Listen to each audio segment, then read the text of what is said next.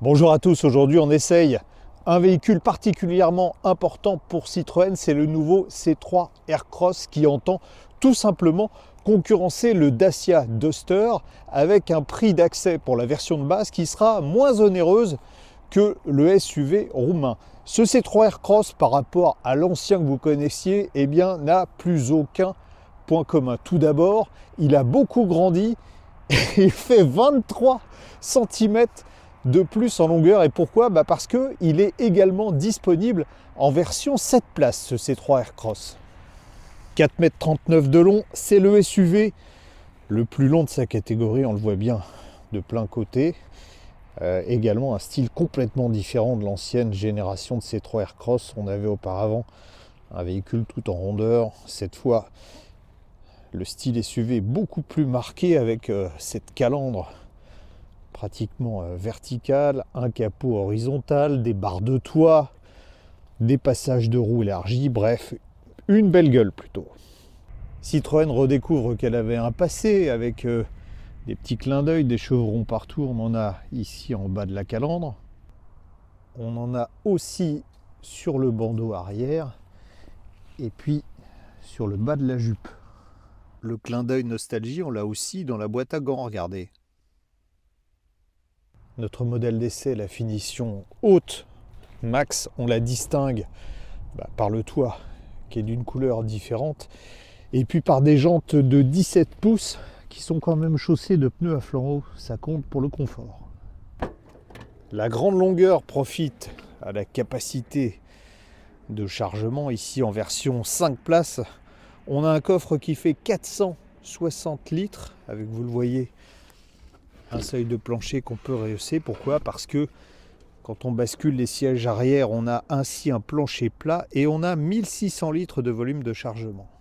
Je ne sais pas si vous avez vu la longueur des portes arrière, et ça continue à l'intérieur puisqu'on a un espace qui est vraiment très généreux. Vous voyez, on a beaucoup de place pour les jambes, beaucoup de place en hauteur, pratiquement plus de place que sur des modèles du segment supérieur.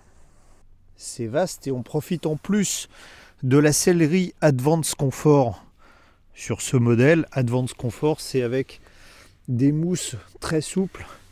C'est le summum du confort en matière de sellerie pour moi. Pas de surprise en ce qui concerne la planche de bord puisque on a repris pratiquement intégralement celle qui se trouve dans la C3. Certes, on a des plastiques rigides, mais l'ensemble est égayé sur cette finition par un bandeau en tissu, je trouve, qui habille plutôt bien et qui donne un côté chic. Citroën appelle ça le head-up display, mais en fait c'est un affichage qui se trouve à la base du pare-brise, juste au-dessus du volant, qu'on voit bien, affichage digital, mais c'est pratique, beaucoup mieux que sur plein de véhicules qui tentent de réinventer la roue. En revanche, alors le volant, il est tout petit et parfois il est même trop petit dans certaines manœuvres. Le message passe petit à petit chez les constructeurs. On revient à des touches physiques pour les commandes essentielles, en particulier ici la climatisation automatique de série sur ce modèle. Deux petits boutons magiques. Le premier pour enlever le maintien actif dans la file. Et le deuxième, surtout, pour l'alerte de survitesse. Pourquoi je dis qu'il est essentiel de l'enlever? Je vous ferai une démonstration. Le système est dans les choux la plupart du temps, vous indique que vous devez rouler à 50 alors que c'est limité à 130. Enfin, c'est du n'importe quoi. La finition max a un écran d'infodivertissement de 10,25 pouces. Il est assez réactif. Ça marche mieux. Alors j'espère qu'il ne va pas tomber en panne comme celui de l'Opel Frontera. Mais en tout cas, bon, il est réactif. On a Apple CarPlay, Android Auto également qui fonctionne avec. Vous voyez, hop, connexion sans fil. Ici, un support de téléphone avec chargeur à induction. Et là, la commande de la boîte de vitesse DCS6, c'est un petit peu compliqué. C'est celle qui va avec la motorisation hybride 48 volts. Il y a 3 motorisations disponibles sur ce C3 Aircross. D'abord un 100% électrique, ensuite un 3 cylindres atmosphérique 100 chevaux et sur notre version un système hybride 48 volts qui marie un moteur 1,2 litre, j'allais vous dire PureTech, qui s'appelle plus PureTech. D'abord, il n'a plus rien à voir avec l'ancien, parce qu'il a une chaîne de distribution, il a une injection haute pression, il fonctionne en cycle Miller, bref, un moteur qu'on peut juger pratiquement totalement nouveau, donc qui est accouplé à une boîte automatique, en fait une boîte robotisée 6 rapports, qui intègre un moteur électrique qui fait 28 chevaux et délivre 55 Nm de couple. Au total, on a 136 chevaux et on nous promet des performances qui sont équivalentes à un full hybride. C'est ce qu'on va vérifier. Ça peut paraître désuet, mais moi j'aime bien. On démarre avec une clé à l'ancienne. Alors effectivement, Emmanuel Macron. Et on entend bien que le moteur est assez présent. De toutes les matières, c'est la Watt qu'elle préfère. Je vais pas chanter, mais ça pourrait me donner envie de chanter ce C3 Aircross, parce que la principale qualité, c'est réellement le confort. On est dans du Citroën, je pourrais conduire les yeux bandés, je vous dirais tiens, c'est du Citroën. Et pourquoi? Parce que d'abord on a un confort de suspension qui est réellement excellent. Je suis sur une route qui est complètement défoncée, on n'est pas secoué. Ça, c'est grâce aux amortisseurs à double butée hydraulique progressive. C'est quoi ça? En fait, vous avez dès le départ un réglage de suspension qui est très souple, et quand la suspension va se tasser sur la fin du parcours, ça va être plus rigide, donc ce qui permet à la fois d'avoir un confort Pullman comme on le ressent là, et puis une tenue de route qui est pas, alors ça va pas être dynamique, mais qui est saine. Il y a autre chose, c'est que on a une direction, alors il y en a qui disent inconsistante, elle est extrêmement légère, donc on ne ressent pas du tout les roues avant. Je ne sais pas où elles sont, mais par contre c'est vrai que ça contribue à la douceur générale du véhicule. Ce qui est un peu moins smooth, c'est la motorisation.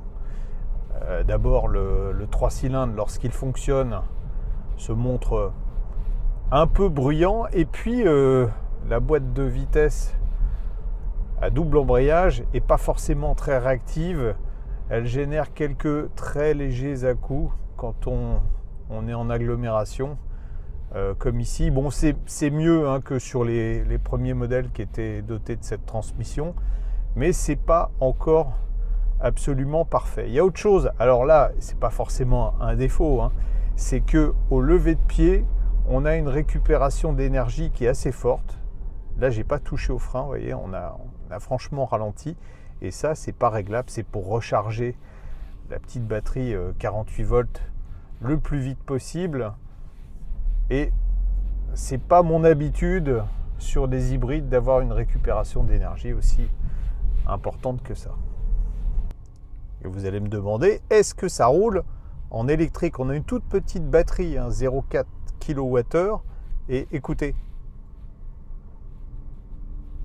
là je suis en électrique et le moteur, c'est étonnant, est quand même assez bruyant. On fera quelques centaines de mètres au maximum en électrique. En agglomération, c'est moins que les full hybrides qui sont proposés par exemple par Renault avec son système e-tech, mais ça permet, selon évidemment Citroën, de rouler jusqu'à 60% du temps, je crois que c'est ça, en électrique, en ville, enfin en électrique, moteur thermique coupé.